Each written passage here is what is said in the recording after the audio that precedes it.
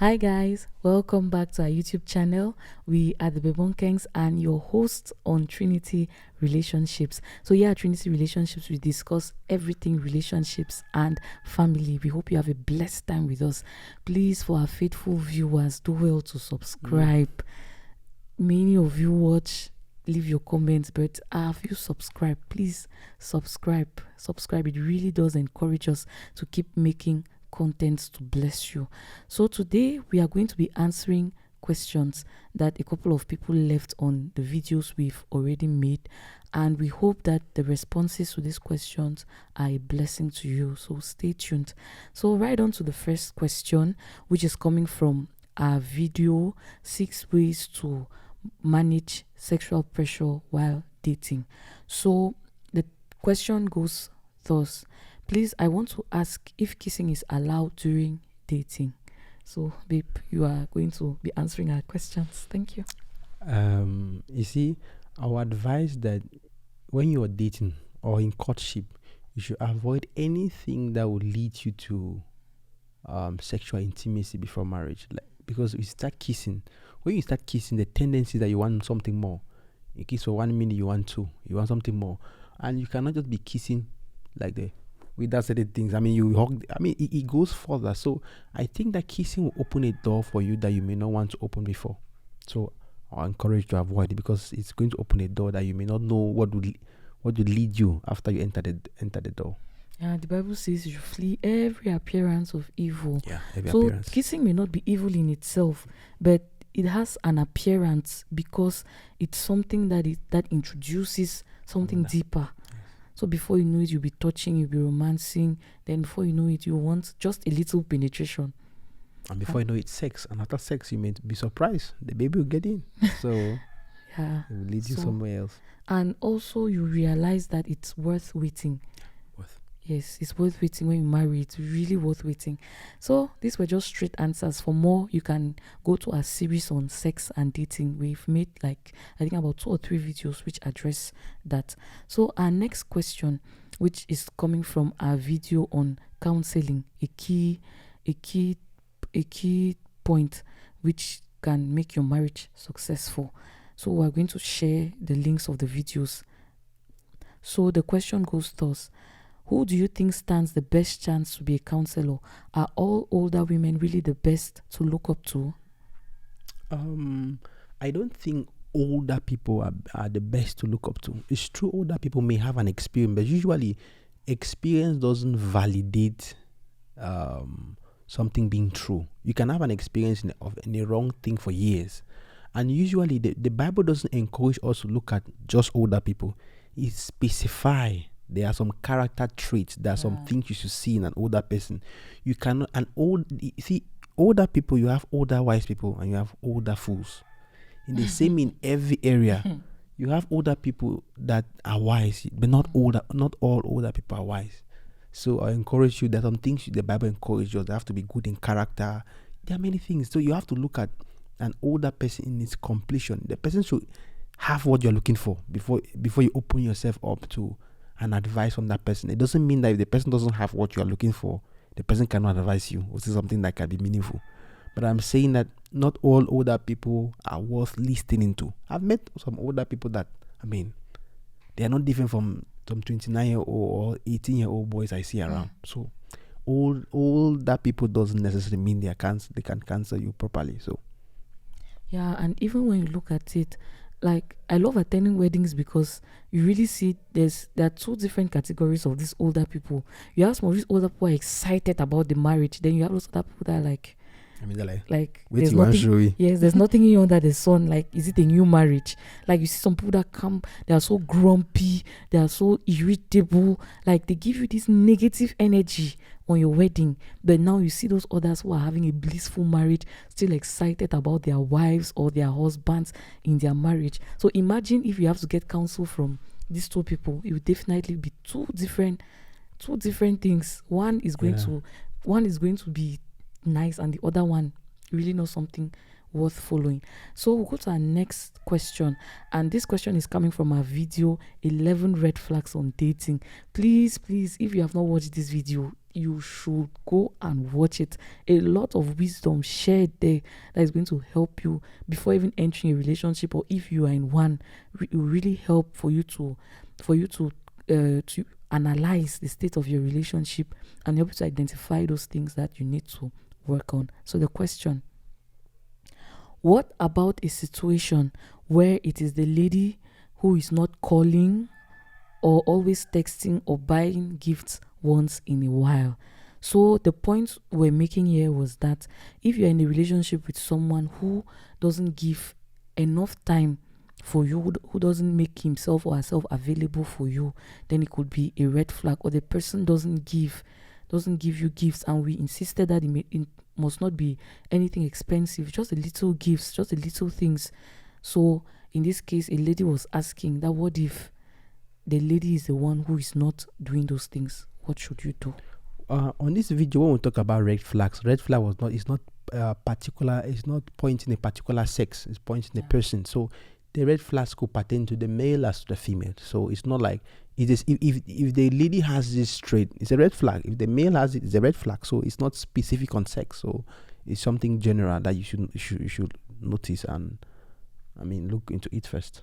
So be it a lady or a male, same thing. So they're all red flags. Yeah, so in a nutshell, if you are a lady and you are suffering from this, it's a call for you to be intentional about making your relationship work.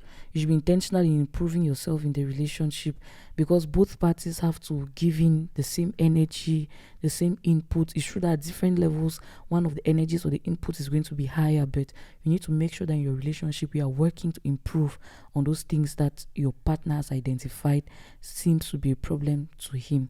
So the next question, which comes from the first video ever made, which was about 3 key steps in making the choice of a partner. So the question goes thus: because we shared 3 steps, the person asked, what happens if you are already with someone but didn't follow these 3 steps before?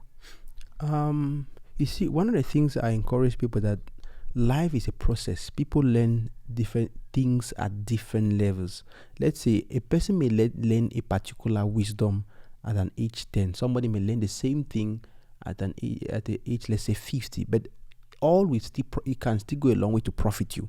So the fact that you learn something when you're married doesn't mean that you applying those things, they cannot work for you. Or I don't know if you get my point. So let's say if you are married and you are learning something that you didn't apply the 3 steps, you are already married. You should look on, your focus should be on how to improve your wedding or your marriage now, not on how you make the right choice again. Yeah.